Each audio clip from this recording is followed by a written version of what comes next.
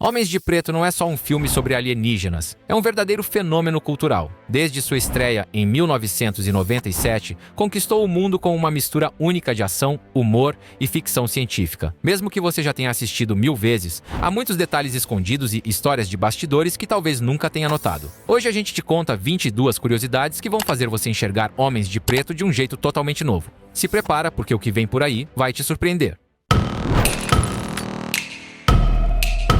Nem todo herói usa capa. Alguns preferem ternos elegantes e óculos Ray-Ban.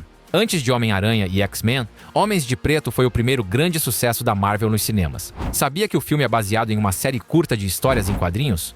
O HQ original foi publicado pela Malibu Comics em 1991 e depois adquirido pela Marvel em 1994. Antes do lançamento do filme, a Marvel relançou a série original e publicou novos quadrinhos como parte da divulgação. Mas o tom dos quadrinhos é bem mais sombrio do que o do filme. Uma das maiores diferenças está na forma como os agentes lidam com as testemunhas oculares. Nos quadrinhos, eles não apagam a memória de quem vê alienígenas. Eles simplesmente eliminam essas pessoas. Essa ideia foi suavizada no filme para torná-lo mais acessível a um público amplo e manter um tom leve e divertido.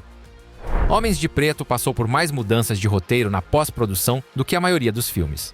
Inicialmente, os Arquilianos entregariam a galáxia para uma raça alienígena chamada Baltianos como forma de encerrar uma guerra. O vilão, conhecido como a Barata, queria que a guerra continuasse e por isso planejava roubar a galáxia, o que resultaria na destruição da Terra. Os produtores acharam a trama complicada demais, então mudaram os diálogos, os gráficos nos computadores dos agentes e até as falas do cachorro Frank para remover qualquer menção aos Baltianos, com exceção da novelização oficial do filme, que já havia sido publicada. Falando no Frank, o Pug que o interpretou era tratado como uma verdadeira estrela de Hollywood. Mushu, o cachorro que deu vida ao personagem, viajava de primeira classe, dormia em camas de hotel feitas sob medida, só bebia água mineral e comia refeições gourmet. Até o dono dele recebia o mesmo tratamento. Engraçado pensar que um cão com tão pouco tempo de tela foi mais mimado que Will Smith e Tommy Lee Jones. A produção do filme foi adiada só para esperar o diretor Barry Sonnenfeld. Depois de verem o trabalho dele em A Família Addams e A Família Addams 2, os produtores tinham certeza de que ele era a escolha ideal. Mas Sonnenfeld já estava envolvido com as filmagens de O Nome do Jogo. Em vez de contratar outro diretor, preferiram esperar ele terminar o outro projeto. Antes de se consolidar como ator, Will Smith era rapper e continuou investindo na carreira musical mesmo depois de chegar ao cinema. Para Homens de Preto, ele gravou uma música com o mesmo nome, que toca nos créditos finais. A canção entrou tanto na trilha sonora do filme quanto no álbum Big Willie Style, seu primeiro trabalho solo após deixar a dupla com DJ Jazzy Jeff. O sucesso foi estrondoso. A faixa chegou ao topo das paradas no Silêncio e rendeu a ele um Grammy. Hoje em dia é difícil imaginar Homens de Preto sem Tommy Lee Jones e Will Smith. Mas você sabia que Clint Eastwood e Chris O'Donnell recusaram os papéis principais? Eastwood chegou a ser cogitado para viver o Agente K, o que explica o ar durão e meio cowboy do personagem. Já o papel do Agente J foi oferecido a Chris O'Donnell, mas o diretor Barry Sonnenfeld queria tanto Will Smith que chegou a mentir para convencer O'Donnell a desistir. Depois da experiência em Batman e Robin, ele acabou recusando. Linda Fiorentino conseguiu o papel de Laurel de um jeito bem inusitado, jogando pôquer. Diz a lenda que ela venceu o diretor Barry Sonnenfeld numa partida e, como prêmio, recebeu o papel de Laurel Weaver. Isso inclusive alterou partes do roteiro, como o final. Originalmente, a personagem teria a memória apagada, mas mudaram isso para que ela se tornasse a Agente L.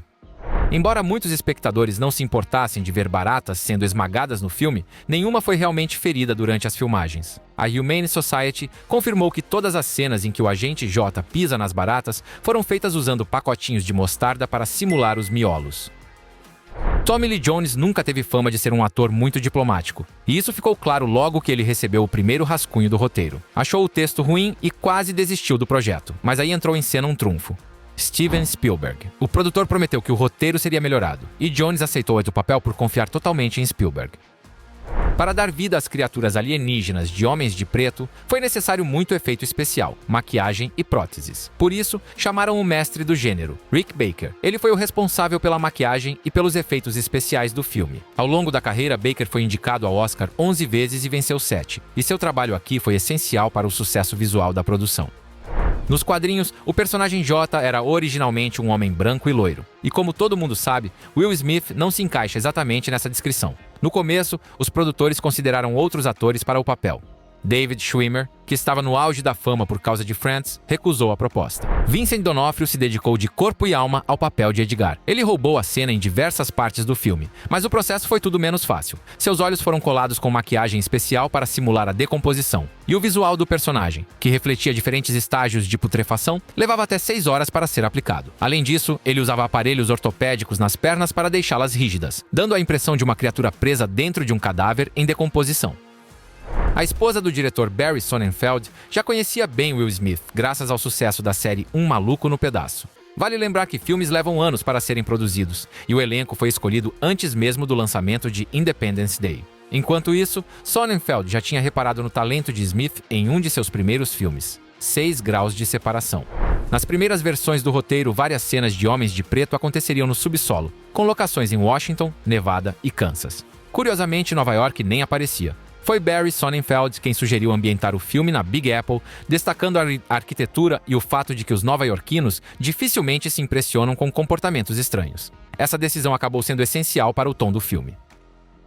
Embora Edgar pareça apenas um personagem secundário, ele acaba se tornando literalmente a pele que o vilão usa como disfarce, provavelmente o papel mais visceral da produção. Tanto John Turturro quanto a lenda dos filmes B e Bruce Campbell recusaram o papel por conflitos de agenda.